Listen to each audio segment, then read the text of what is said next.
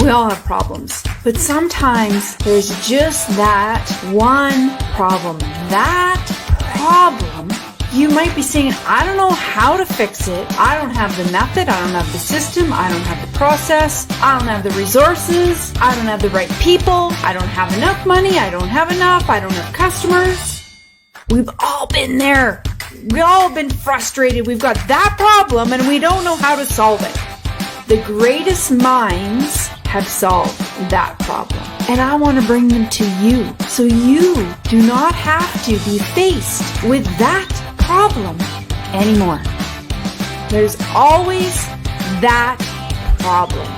But how do we solve it?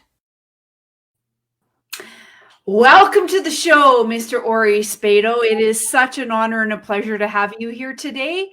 Oh my God, I have goosebumps. I've been waiting. I didn't sleep last night. I'm so excited to have you here. My pleasure, Lisa. And I'm very excited to be on your show. And you're really, what a professional job you do back there in the studio. Thank you. With the people that you have. God bless you. Great Thank you. show. And you're up in Canada. What part of Canada? Yeah, I'm in Edmonton, Alberta, Canada. Okay. Well, yeah, my publishing company is out of Regina. Oh, really? Coastal West Publishing. Yes. Wow. Well, that's a story in itself. I'm going to have to find out how you got them as a publisher. But listen, Ori, why we're here today is to solve a problem. And, there's nobody better to talk about solving a problem, specifically around negotiation and sales, than the accidental gangster, the Hollywood fixer himself, Mr. Ori Spado. But I want to take a step back for the viewers that are on today, just to get that, so that they get a feel of who Ori really is. And so let's talk a little bit about your childhood, first of all. So you started out a young kid in New York. I mean, I've read the book, phenomenal book. For anybody out there who hasn't read the book or hasn't bought the book, you need to get this book.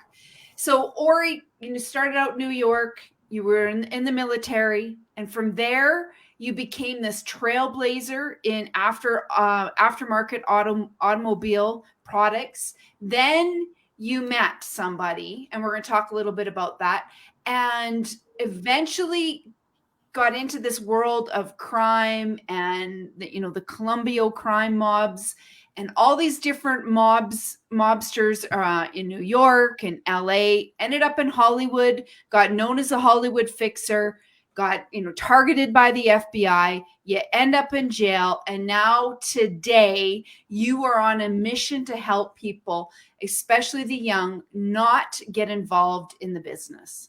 Right. So walk us through a little bit about how negotiation played a key role in all of that whole, it's a massive life cycle, and we're not going to get too much into it, but you need to buy the book to hear all the stories.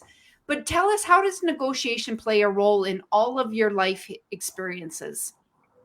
Well, the first rule about negotiating, no matter what you're negotiating, it has to come out that it's a win-win situation for both sides. Yeah. Okay? Yeah. If it goes too one-sided, it's not going to work out. It has to be a win-win situation. And that's always my goal when I do a negotiation. Okay, so what about, there's a philosophy that I go by when I'm thinking about, I'm all about stacking value in part of the sales cycle. And so one of those philosophies is not a win-win. It's a trifecta. It's a win for me. It's a win for you because you're sitting across the table, Ori. And most importantly, it's a win for the customer or the client. Can you talk a little bit into, how does value play a role in the negotiation cycle? Well, value is always a part of the negotiation. What's the value to you? What's the value to me? And what's going to be the value to the others that, that we're discussing here? Yep. Yep. So how do how does curiosity and questioning play a role in how do you find out what that value is for that other particular person? Well, anytime I go into negotiation, you got to, find out who you're going to go in a negotiation. You got to see what their likes are, their dislikes. You got to know what targets you're going to hit. I have a rule. Okay, my rule is when I go in to negotiate something or to handle a problem, if I cannot accomplish it within 15 minutes, then I failed, and I don't Wow. fail. Okay, Yeah. because I study who I'm going to negotiate with. I study them. I become their friend. You got to become friends within the first few seconds that you're talking or you meet somebody. And so Okay. how do you build that rapport? Like I call it like the inner circle of trust. Somebody becomes a stranger and then you go through this maze, you become familiar, you create meaningful contributions with each other, and then you're trustworthy. So how do you do that? How do you navigate through that in such a short amount of time? Well, the first thing that let's say that I walk in your office, the Yeah. first thing I'm going to do, I'm going to say it's a pleasure meeting you. I shake your hand, and I'm going to give you a compliment. Maybe something you're wearing, some object, some artwork, or something that I see that's in your office or your home. Okay, something that's you cherish. I could tell. All right, there's Yep. something special in there. Everybody has something in a room that they cherish or is very special to them. And I compliment that there.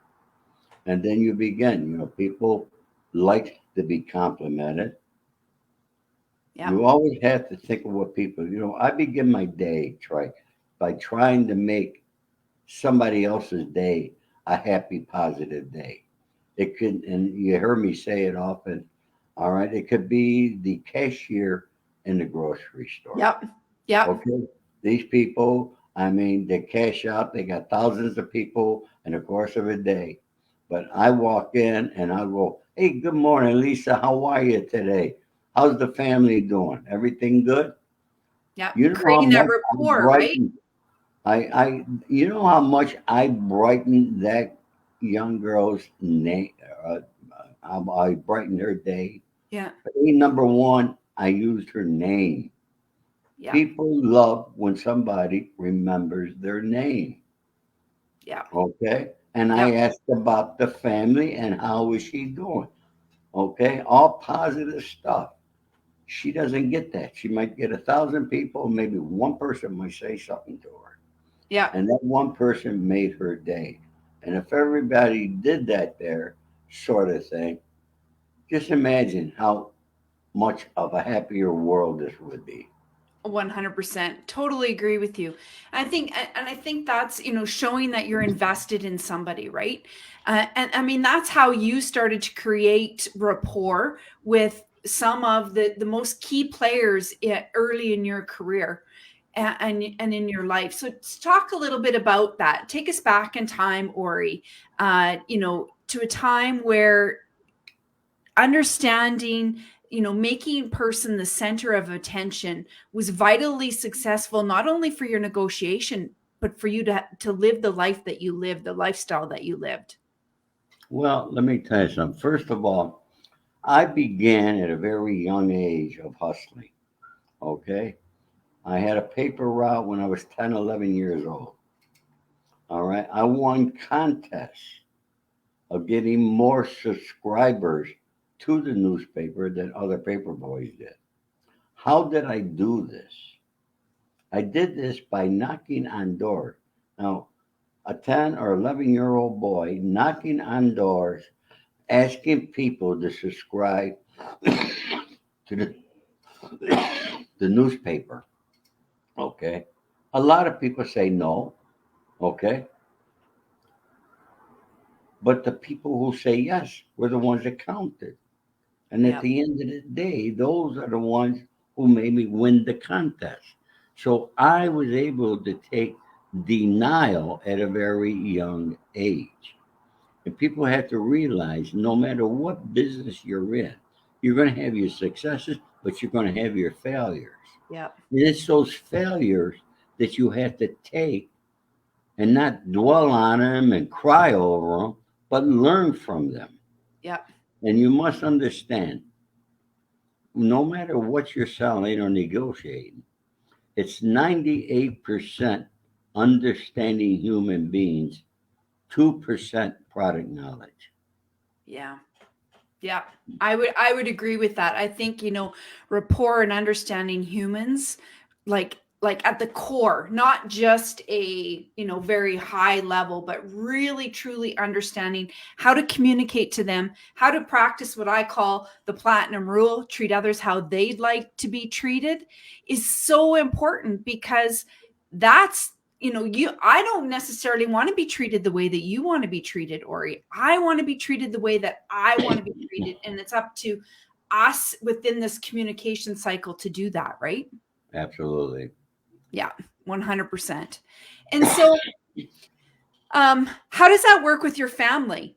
How does that negotiation strategy and, process work with your family and getting them to do, especially when the kids were younger, right? You've got 3 kids. When they were younger, how did that come into play? Well, first thing is you got to remember I'm a divorced father. Yeah. Okay. But one thing, okay, my wife and I never had one word, bad word, to say about each other, and we never said anything to the children. Okay, we might now. They lived with my wife. I was very fortunate and blessed. All right, with the mother of my children, Yeah. very good woman to this day. She's an exceptionally great one lady, great grandmother.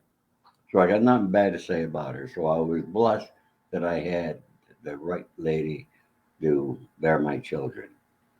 Okay. But as a divorced father, living 3,000, 2,500 miles away, I tried to attend special gatherings. And I became a pain in the ass to them. They would tell you. There Okay. they are. Even to this day, they will tell you because I call them each and every day, and they call me. Yeah. But not a day will go by that I will not tell them how much I love them and how proud of them I am. And I do that with my grandchildren now. Okay. Very important. I could say that I'm very blessed to have 3 wonderful children in Yeah. their own rights. They're all very successful and they're all happy. So, Tell me, Ori, how do everybody, I'm always curious when I ask this. How do you define success? well, success, it's not always how much money you have, Yeah. it's how happy you are. Yeah. Okay. You got to be happy with what you do. And, I mentor a lot of young people. And the first thing that I do after I convince them not to go into a life of crime, I had a lady, a young girl yesterday, 30 something years old out of New Jersey. All right. She, she wanted to talk to me, and she happens to have a degree in biology, Yeah. but she made a lot of money selling drugs. And she wanted to know how I could I changed my mindset from being a gangster to become what I am. How do you Yeah. change your mindset? And when people have these kind of problems and they reach out to me, I talk to them, and I talked, convinced her not to do it. Now she happens to be also because she has a degree. She's working in an ICU, so she's able to make and earn money, okay, to sustain herself, pay her Yeah. rent, and eat and so forth. All right, but I targeted it on something that she loves doing, and I said that's what you got to do. Yeah. You love doing it. Start building it up. Study more about it, and it's going to take a slow process. It's a step by step process. Yeah. I said, but eventually you will build up enough clients and customers to build yourself a residual income. So now that you're doing something in your lifetime that you love doing. You have to love what you're doing. Yeah, and I think that's absolutely, there's a philosophy out there, that, success is only defined by the money that we make. And I don't necessarily believe that. I think there's two levels of success. I think there's a financial success and there's an emotional success. And you can't have one without the other, because you can have all the money in the world, but if you don't have love in your life and fun in your life, what good is all that money? Why'd you negotiate your way to that and didn't negotiate your way into a happy life as well, right? And so what would be the one piece of advice you'd give a young person out there right now who's thinking about maybe a sales career? I mean, you pioneered and trailblazed the auto market industry, the aftermarket industry. What would be the one piece of advice you'd give somebody who was looking at sales in no matter whatever industry it is? You know, I just had two individuals who read my book, two young men, and now they're in the insurance business. Yeah. And they reached out to me and asked my advice about it. I spoke to them. Okay, first of all, I never had a salary job. Yeah. I would not take a salary job. I've always worked on straight commissions because when you work on commissions, you're in charge of your Yeah. income and you can make as much as you want. I advise them to find, once again, I always go back, they got to find something they enjoy doing. Got to remember, I was in the insurance business. I loved selling insurance. Hours never bothered me. I never counted how many hours a day I worked. Let me just put this off. I'm sorry. That's okay. That's a great thing about a live show. Doesn't matter. Yeah, well, this is uh, you see a recorder line. All right, see those crap calls. Uh, I get them on my home phone. Uh, but anyways, where was I? Well, you were talking Okay, about, yeah. the insurance business. All right, and I was making $500 a week in 1967. When an average income for a family of four was $150. I was the leading agent in my office at the Prudential Insurance Company. I was a member of the $1 Million Roundtable. Yeah. But my days began. First, I went to the office in the morning, and then when I left the office, I immediately started going in the department stores and different places, talking to sales clerks all day long and selling them insurance, making appointments. And then in the evening, I spent phone time making appointments in the evening.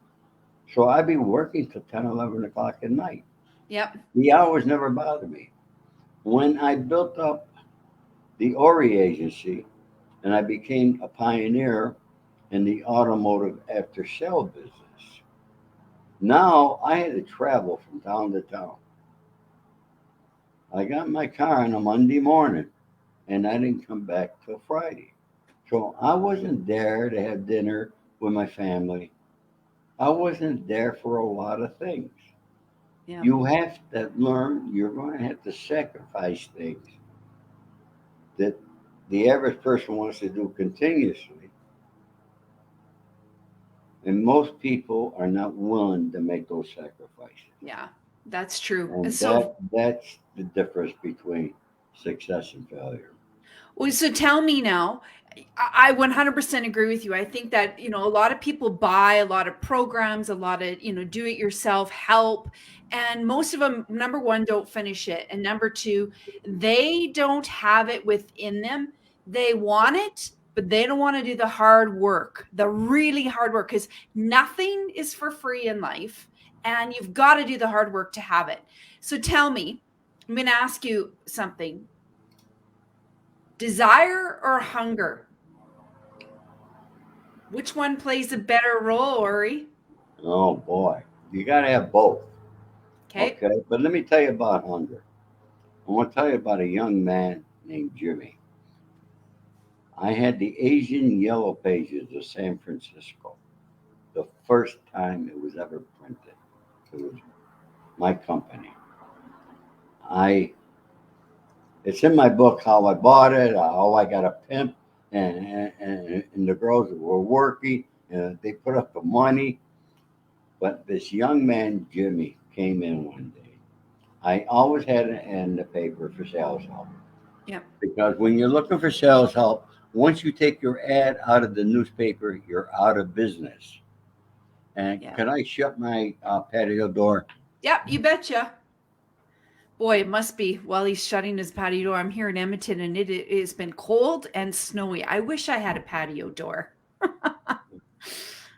We're talking right now with the Hollywood fixer, the accidental gangster, Mr. Ori Spado. Now, let me tell you about this young man, Jimmy. Yep. When he answered an ad, he came in. This young man used to guess your age and weight at circuses. Oh That's what he wow. did. Yeah. But I looked at this young man and I could see the hunger in his eyes. And when I was telling him how much money that he can make, of course he doubted me. But I took this young man. Now I had an office in the back where I had people on the telephone making appointments for salespeople. Yep. And I says, I'll take you out right now and I'll prove it to you. You always have to lead. A good leader leads from the front. Napoleon always brought his troops in the battle on his white horse. Okay? A good leader leads from the front. I took a couple of the leads that they had and the appointments that they made.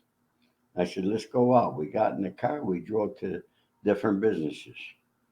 And with the two of them, I sold them both. I showed them Yeah. how to sell that business because of the benefit it was doing to those businesses. And then I taught him when I sold you, okay, I went to each business on the other side of you.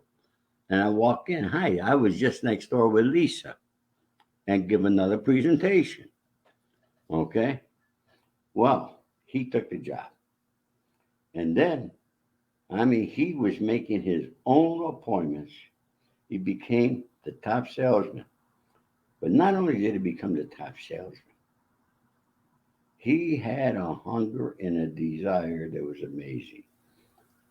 And he wanted to learn as much as he can. Yeah. After work every day, he was at my house having dinner with me and my wife. Do All you right. think, Ori, that desire and hunger that young man had could be learned, or do you think it's an innate, you're born with it?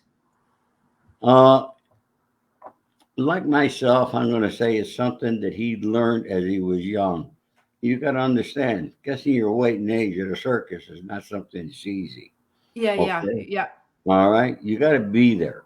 And most people, showing up, being there is so important. yeah, Most people don't show up. yeah. I All right. 100% agree. Now, I have a rule.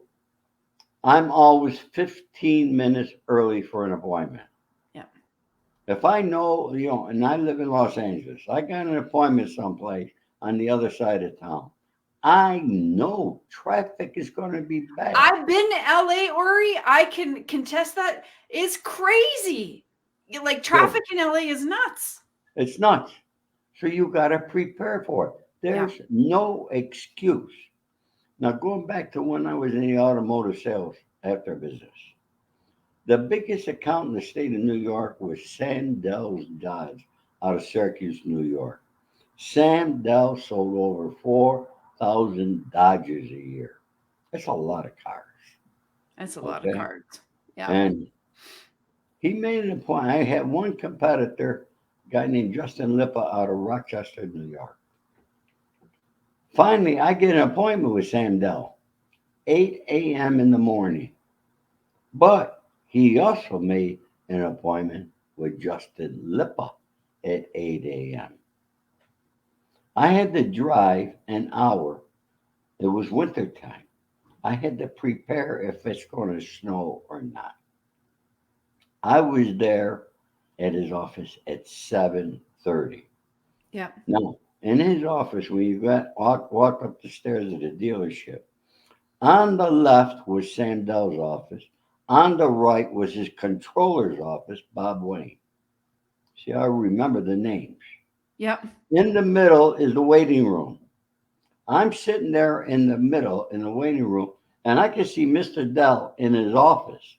His door is open. I can see him sitting at his desk, waiting until 8 o'clock.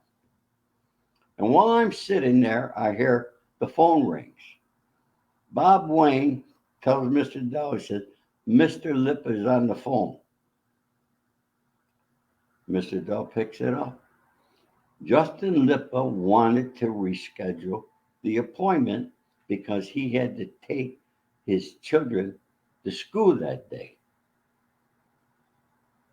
And I'm going to tell you, I heard Mr. Dell say it. He says, Mr. Lippa, there's only one reason to miss an appointment, and that is death, your own. I love it. Mr. Mr. Spado has the account.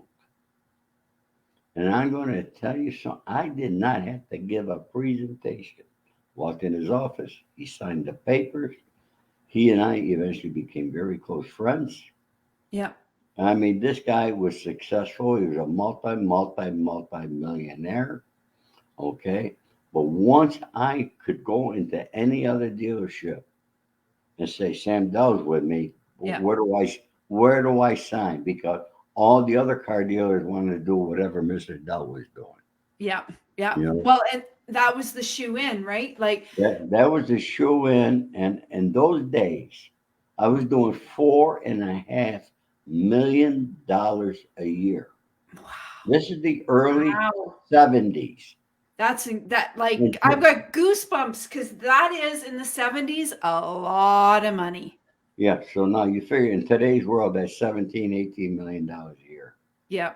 Yeah. It's 10 times the amount for sure. Yeah. So, Ori, walk me through then. I mean, there's just so many stories rolling through my mind that I could ask you. So, tell me a time when trust and loyalty played a role. And does it always play a role? I have a belief system loyalty is the key to absolutely everything. But tell me a time when trust and loyalty played a role and when it didn't play a role. Trust, respect, and loyalty. I'm 77 years old, and I'm talking to you today because I believe in those words. Yeah. Okay? Because in addition to my legitimate businesses and my legitimate life, I was a gangster in La Costa Nostra with the Colombo crime family and the Los Angeles crime family. Okay? Yep. I'm here to be able to talk to you because I believe in those. And no matter what you do, you gotta have trust, loyalty, and respect. And you know what I tell people? Learn to respect yourself. Because if you do not respect yourself, you cannot respect others. Yeah. Can you look in the mirror and like that person that you're looking at? Wow. Can you do that? If you can do that, then you could go and respect other people and you earn their respect. What's, again, talking to anybody, young or old, what's the one piece of advice that you'd give? Like, I mean, you spent, was it 60 months in jail, Ori? Yes, yes. Yeah. And during that time, I mean, trust and loyalty clearly played a role in even being alive through that. So, what's the one piece of advice that you can give somebody on how to show somebody that they are loyal to you? Well, the first thing you got to remember, God gave us 2 ears and 1 mouth, Yeah. and He wants you to do twice as much listening as talking. When people are talking a lot and all, people are talking about themselves, they don't respect themselves. This clubhouse rooms, people only talk about themselves. Yeah. Okay. Uh, trust, loyalty, and respect is the three elements. No matter who you are, what walk of life, your family, you got to have it within your family. I trust my children. I respect my children. I'm loyal to my children. Yeah. My children trust me, respect me, and are loyal to me. How does people make mistakes because we are human, right? We're only human. So what where's the line for you, Ori? Where's the gray line between a mistake and a grave injustice to your loyalty? Okay, the first thing, take responsibility. Yeah. We all make mistakes, like you said, Lisa. Yeah. You know, and if I make a mistake on something with you, I'm going to apologize to you. Okay, I'm going to Yeah. accept responsibility. You have heard me in clubhouse rooms and in interviews. Yeah. Okay, I accept full responsibility for everything that Ori Spado has done in his lifetime. The good, the bad, and the ugly. I Yeah. did it. I don't blame nobody else. Were there other people that were probably cause of it? Maybe, but it was my fault. I accept that responsibility. Do I have any regrets? I don't even regret going to prison. Okay, I Well, you don't probably regret. learned a lot there, more than Well, you probably want to talk about. because a regret is a negativity. So why dwell on it? Yeah. Forget about it. It's Yeah. history. Accept it. Go on. You got to be able to go on with your life every day and be positive, be happy, help other people. Let's make this world a better place. Yeah.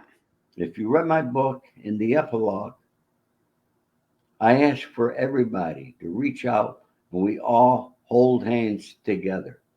It will take all of us together to make this world a better place. I agree. Not one of us can do it. It takes Yeah. us all. It's funny. I did read this. I read your book, and I was telling you before the interview. So I do have a law enforcement background, and it's a lot of years ago now. And I had a private investigation firm at one point in my career. But as I was reading this book, it was over the Christmas holidays, so I was sitting with my parents in their home, and I said, "Oh my God, I need my in my office here. You'll see the back video, but then on this side in front of me is this massive whiteboard. The whole wall is a one big whiteboard." And I said, "I feel like I need to go back to my days of law enforcement and PI, and there must be, oh my God, 100 names in this book, at least 100 names in this book, and all the stories. I mean, and I'm sure you haven't even touched the tip of the iceberg of some of the things that had happened through your career." But I said, I almost needed to put everybody's name down. And you know how you see in the FBI shows, and draw a circle and put Ori's picture smack in the middle and try to make all the connections. My good Lord. And to this day, you're not a young man. You're a seasoned, life experienced man. And I can't believe you still know all these names and these dates and these times of things that happened. And I think that's a testament to truly who you are as a human, and how loyal you've been to those people in your life, that you still talk about those stories. They make a profound impact on your life.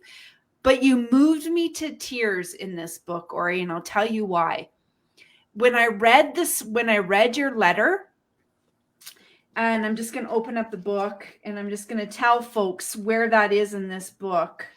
I had it bookmarked, but now I don't. Where is it here? Just a moment. Here they are, special letters.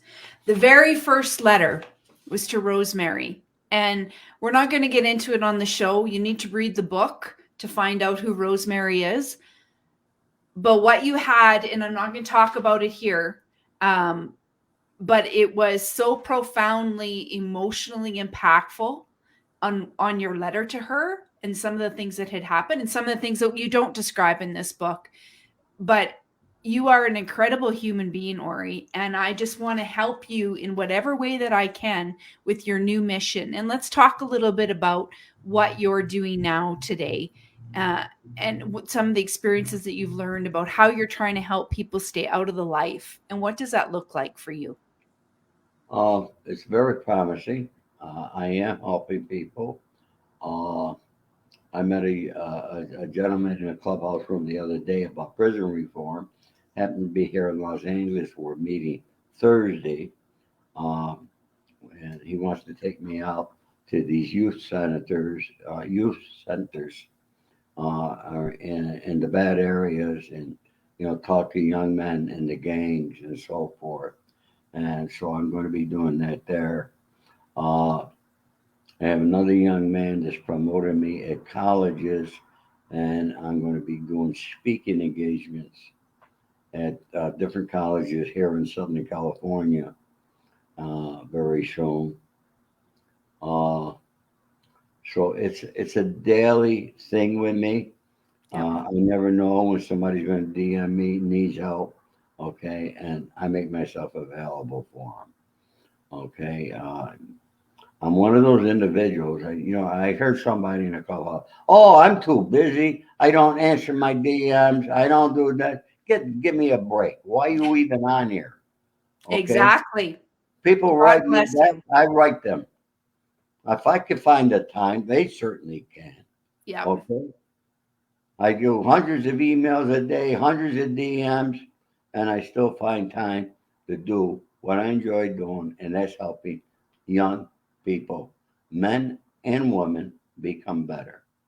Yeah. In addition, people keep asking me about training. People have been asking me, all right, and I'm going to begin probably next month, February, sales training programs, how to become successful in sales, what it takes, what you need to do, how to negotiate, how Good to for pick you. up the telephone, how to communicate, how to dress, Good for you. how to dress.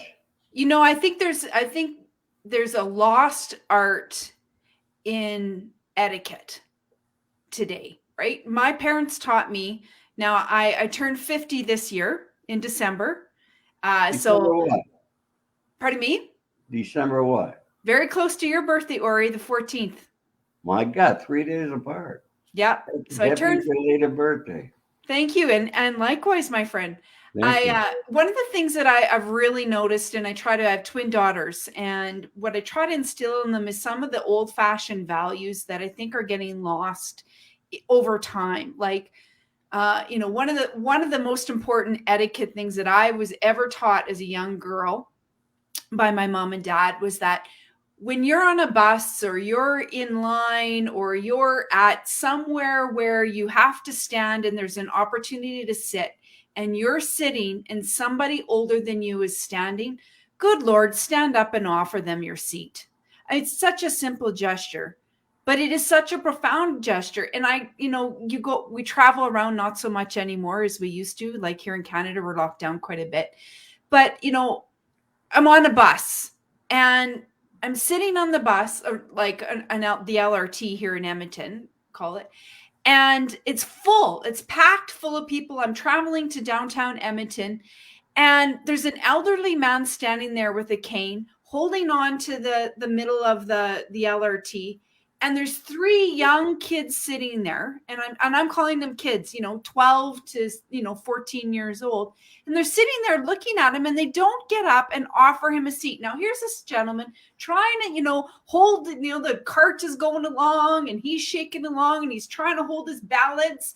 And I'm looking at these young kids, and I just wanted to go up behind them like my teacher used to do and smack them on the back of the head and say, get the up and Offer your seat. I think it's a lost art. So I think what you're doing is so valuable. And if I can help you in any way, please do reach out. Thank you. You know, you just discussed and mentioned something.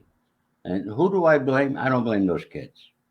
No, it's the parents. I blame their parents. Yes, 100%. I think I think there should be, I think you should have a show and a course on how to be a parent and teach your kids etiquette.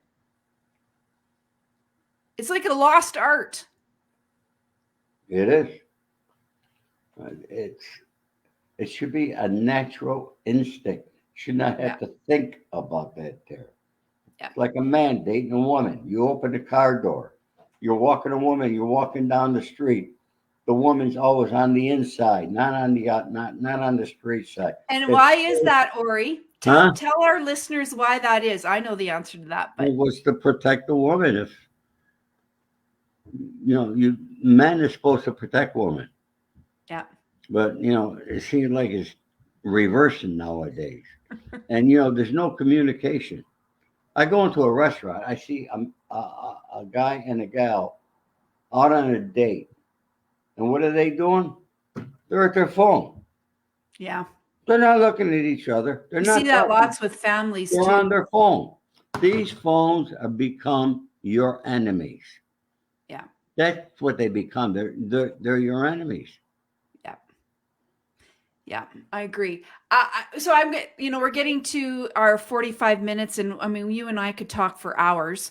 But I'm going to ask you something, because and I somewhat know the answer to this, but I don't know the answer in its entirety. So, if you are a woman or you are a lady, what's the difference between the two? There's a big difference. Okay. There's a big difference. A woman is the gender that you are. You're female. All right. But to become a lady is the same thing as a man. A man, or is he a gentleman? Yeah. Okay. Lady and gentleman. Ladies and gentlemen, they say that for a reason. Okay. They don't say men and women. Ladies and gentlemen. Because you should be held in a higher esteem of the way you dress, the way you communicate, the way you act, the way you talk to people, and everything that you do. Okay. Is there a difference, Ori, for you over the years, like when you negotiate with a woman, with a lady, versus in negotiating with a man? Is it a different tactic or is it the same? It's the same thing. Okay. A man has to learn to respect the woman. I have a respect for the woman, and one thing that I found out in business, I much rather do business with a woman than a man. Because when you go into a meeting with a woman, you get right to the business. You go in with a man, you got to hear the stories about the gal they met last night, their golf game, the football game. I don't care about that. All right? Let's do the business. You want to discuss that? Go out and drink. All right? But not on my time. So, Ori, I'm going to ask a question that I'm confident that you get asked absolutely all the time, but I'm going to ask it anyways. Margarine or butter? Butter. Fruit Loops or Shreddies? Shredded. Shredded wheat, you mean, right? Yep. Yeah. Vodka or whiskey? Whiskey. California or New York? California. Last question. What's the one piece of advice that you would give your daughter today that you haven't given yet?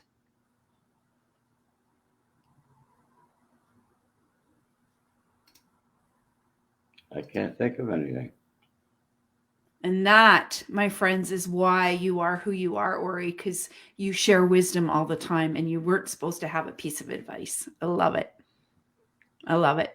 Well, we're at the top of the hour. Any last final remarks before we're finished the show out?